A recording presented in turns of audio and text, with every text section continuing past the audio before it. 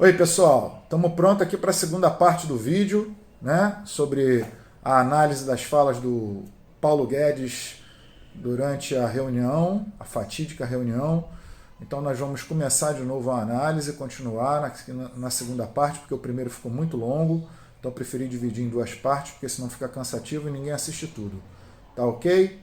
Vamos lá pessoal, continua seguindo a gente aqui no Insta e no YouTube. Um abraço. Tivemos vários programas antes dos alemães, vários programas antes dos ingleses, vários programas, de todo tipo.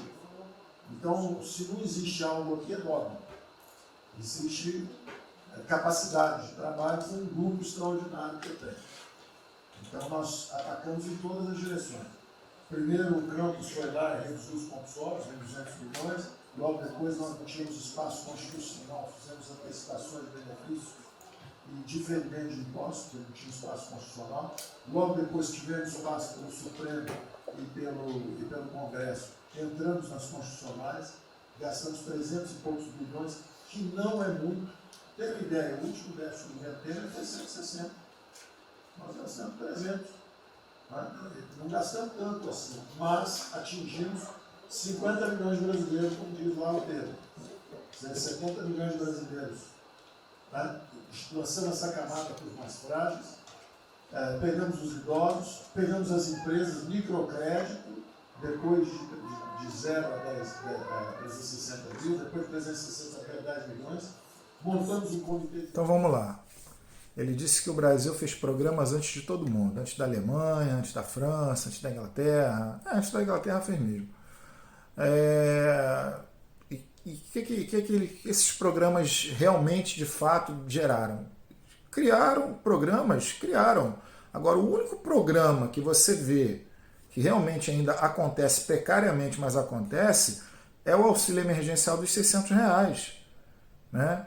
Que mesmo assim só é R$600 porque a oposição brigou e convenceu o pessoal da direita a elevar o preço. E como eles viram que ia perder, que ia ser 500, eles, para não dizer que não perderam, eles botaram para 600, tá? Que deu 98 bilhões de reais, que não é nada. Agora, o interessante é que ele agora está dizendo que ele fez, na verdade, o que ele fez foi antecipação de pagamentos para os idosos, ele fez redução de recebimentos de impostos, ou atrasou o pagamento de impostos, mas dinheiro novo, dinheiro de verdade, ele não fez. Agora, olha a incoerência. Ele diz lá no início que o país está quebrado. Disse que o governo não tem dinheiro. Agora ele está dizendo que gastou 300 bilhões e que é pouco. E ainda faz comparação com o déficit do governo do Temer, de 160 bi. Quer dizer, é muito ou é pouco, o seu Paulo Guedes? A gente está quebrado ou não está? A gente precisa de uma certeza. É isso que a gente quer saber. E ele ainda fala que os 50 milhões que ele fala, né, que eles não sabiam que existiam. Né, e que depois ele ainda aumentou mais 20 milhões e disse que são 70 milhões. Realmente, se a gente for pegar todo mundo que tentou, mas não conseguiu, dá mais ou menos um pouco mais até, dá uns 87 milhões. Agora, não pagou esse pessoal todo. Tem gente que ainda não recebeu a primeira parcela, mais ou menos uns 15 milhões que ainda não receberam. Tem um monte de gente precisando que foi tirada. Pessoal do Uber, vários outros que não foram considerados serviços essenciais ou que foram considerados serviços essenciais para não poder receber o auxílio de R$600.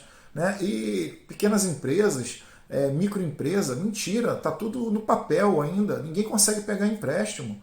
Pode ver, as pequenas empresas estão aí, ó, desesperadas. Então, assim, ele é um marqueteiro, você vê o tempo todo que a fala dele é uma fala que vai levando todo mundo no papo. Agora fazendo justamente a reestruturação, não vai ter molezinha para a empresa aérea, para nada disso. É dinheiro que nós vamos botar usando a melhor tecnologia financeira lá de fora. Nós vamos botar dinheiro, vai dar certo, nós vamos ganhar dinheiro. Nós vamos ganhar dinheiro usando recursos públicos para salvar grandes companhias. Agora nós vamos perder dinheiro salvando empresas pequenininhas. Então nós estamos fazendo tudo by the book direitinho. Aí ele fala agora, né, que vai injetar dinheiro público, mas que não vai ter moleza, mas nas grandes empresas, e que vai ganhar dinheiro, eles vão ganhar dinheiro investindo, porque vai dar certo, ele já garantiu que vai dar certo, mas vai perder dinheiro salvando empresa pequena. Quer dizer, para ele, salvar a empresa grande, é importante, mas pequena vai dar prejuízo. Então, deve ser por isso que o pessoal não está conseguindo pegar dinheiro emprestado com os bancos, com o Itaú, com o Bradesco, né, com o Santander, que receberam um aporte de 1,2 trilhões de reais, né, que ele falou 200, mas é mentira, foram 1,2 trilhões de reais que eles tiveram de aporte e que não estão facilitando a vida de ninguém nas microempresas. Tá entendendo? Então é isso. Aí ele fala by the book. Sabe o que quer dizer by the book? Essas coisas de quem estudou lá fora, nos Estados Unidos, seguindo o manual. Ele está seguindo o manual. Que manual é esse? O manual neoliberal. Tá ok? É isso aí. Nós não vamos perder a luz. Nós sabemos dos valores, sabemos dos princípios, sabemos o que nós estamos defendendo. Estamos defendendo liberdade, liberdade econômica, liberdade política. Nós sabemos o que nós estamos defendendo. E estamos agora, no meio dessa confusão, derrubando a última torre do inimigo. Uma coisa é que nós vamos fazer a reconstrução e a nossa transformação econômica. A outra coisa são as torres do inimigo que a gente tinha que derrubar. Uma era o excesso de gasto com a Previdência, derrubamos assim veterano. A segunda torre era os juros estão descendo e vão descer mais ainda. O Campos tem o mapa já, estamos descendo. Então, eu tenho uma ideia, o ano passado, para esse ano, 120 bilhões a menos de juros. Um plano Marshall por ano, né? 100 de juros a menos. Então nós sabemos, e é nessa confusão toda que todo mundo está achando que estão distraídos, abraçaram a gente, enrolaram a gente, nós já botamos a granada no bolso do inimigo. 2 anos sem aumento de salário. Era a terceira torre que nós tínhamos que derrubar. Nós vamos derrubar agora também. Isso vai nos dar tranquilidade de ir até o final. Essa parte é muito interessante, né? Porque ele nomeia, ele cria, né? De roubar as torres do inimigo, como ele diz, né? A primeira torre que ele diz era os gastos com a Previdência, que eles conseguiram fazer, porque para ele, gastos com a Seguridade Social, com a Previdência do trabalhador, é uma torre de um inimigo. Que inimigo é esse? Quem é que se beneficia de alguma maneira dessa Previdência que foram os mais atingidos? Porque eu não sei se vocês sabem, mas os militares ficaram de fora, as Forças Armadas. Não, muito pelo contrário. A Previdência deles ficou melhor, eles tiveram ganhos reais de salário.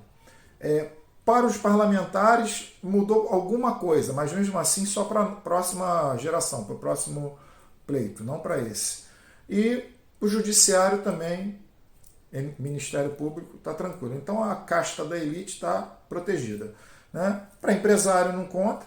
Então quem foi que essa torre de inimigo que ele derrubou? A população, o povo, o pessoal, o funcionário público de baixa renda, funcionalismo público de baixa renda, professores, engenheiros, médicos, empregados assalariados em geral, esse pessoal que vai ter que trabalhar mais tempo para ganhar menos do que ganhava antes. Depois, a segunda torre que ele fala, os juros, baixar a taxa Selic. Isso aí é bacana, é interessante, porque realmente a taxa Selic, se ela ficar muito alta, os bancos eles ganham mais e mais nos títulos da dívida pública, né? A gente já falou sobre isso. Mas o que aí ele diz que está lá, economizou 120 bilhões no ano. Só que ao mesmo tempo que ele reduz essa taxa Selic, sem criar um cenário de certezas, um cenário de segurança dentro do país, e com essa crise política absurda que a gente vive, os investidores, principalmente os especuladores, eles debandam, eles fogem do país. E aí o que você tem? Quando eles saem, eles levam os seus dinheiros, o seu dólar. E aí o preço do dólar dispara, ele sobe. E a gente, como um país que é praticamente agroexportador, a gente só vende commodities e produtos de alimentos, principalmente é o que a gente mais vende, né? O nosso produto tem um valor agregado baixo e a gente compra muito produto industrializado e a gente paga em dólar. Se por um lado, quando a gente vende, a gente ganha mais porque o dólar subiu, para o exportador é bom, quando a gente compra, e o produto que a gente compra tem um valor agregado alto, são insumos para remédios, são insumos para eletroeletrônicos, são produtos com alta tecnologia, a gente paga muito mais, né? E até muitos produtos, como o próprio trigo, que a gente precisa comprar, porque a gente não é autossuficiente em trigo, que a gente paga uma fortuna, tá? E a terceira torre?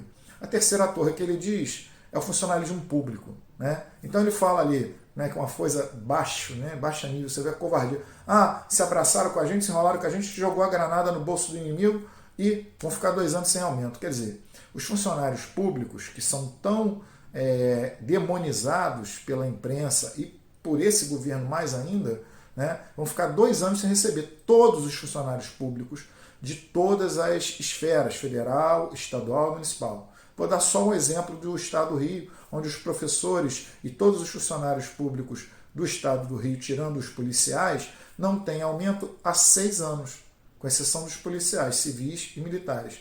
Imagine ficar mais 2 anos sem aumento. E aí quando ele fala que nós vamos continuar, é porque eles vão fazer as reformas. Que reformas são essas? A reforma estrutural que ele diz, que ele quer fazer a administrativa, que é acabar com todos os direitos do funcionalismo público e tirar as poucas vantagens que se tem, né? Acabar com o concurso, acabar com a estabilidade e tudo que ele puder. E a outra que é a tributária, que é a última reforma que ele quer fazer, que é a tributária. E vocês acham que vai ser bom para quem essa reforma tributária? Então é disso que Guedes está falando agora, tá ok? Isso vai nos dar tranquilidade até o final. Não tem jeito de fazer um impeachment se a gente tiver com as contas arrumadas, tudo em dia. Acabou, não tem jeito. E o presidente está no ponto futuro. O presidente falou assim, tudo bem, tem a primeira onda que é da saúde, mas tem a segunda que é da economia. E uma vem agarrada com a outra. Nós estamos ainda tentando sair da primeira, a segunda já está querendo bater. Eu ainda acho que nós estamos preservando os sinais vitais da economia brasileira. Ela, para mim, ainda é um urso hibernando. Baixa sua energia para zero, consumo de energia para quase zero, só respira. Mas quando você sai da gruta, você sai para comer o primeiro bicho que passar. Você tem força. Nós não podemos deixar. E aí você vê como é que pensa, né, o neoliberal. Então ele acredita o seguinte, que isso dá tranquilidade para eles, porque ajustando as contas, que eles não estão preocupados, né, segurando os gastos, a austeridade, o governo controlando as contas, dá para ir tranquilo até o final, que até o final é até o final do mandato. E aí não vai ter impeachment, quer dizer, eles acreditam, né, como ficou até por conta do que aconteceu com a ex-presidenta Dilma Rousseff, né, que foi criado uma pedalada, foi criado um problema para poder tirá-la ela do poder, mesmo que aquilo ali depois tenha sido provado que não houve nenhuma falta de responsabilidade fiscal na parte dela. Mas ele acredita fielmente que isso seja o único problema que possa tirar o presidente, atual presidente do governo, né? A gente sabe que não é só por questões de responsabilidade fiscal que um presidente pode ser acometido pelo impeachment. Mas tudo bem. Agora, o mais engraçado é que ele diz que, para ele, a economia brasileira ainda está respirando com os sinais vitais preservados. Isso sem investir em nada, sem dar ajuda às pequenas empresas que garantem mais de 55% dos trabalhadores, dos empregos. Isso sem investir, sem fazer nenhuma movimentação no sentido de ajudar os mais pobres, né, com esse dinheiro pingando. Ele está achando que a economia depois ainda vai ter força para sair da gruta e pegar o que tiver na frente primeiro. Só se for a perna de uma pessoa que esteja morrendo de fome, de um pobre coitado da rua, né? Porque o que a gente vai ter mais no Brasil depois da pandemia vai ser moradores de rua, pessoas vivendo na indigência, na miséria, donos de empresa, de micro e pequena empresa, sem ninguém, sem trabalho, sem loja, sem nada, porque não há nenhum movimento do governo com preocupação a isso. Interessante que até o momento a palavra Covid-19 não foi pronunciada.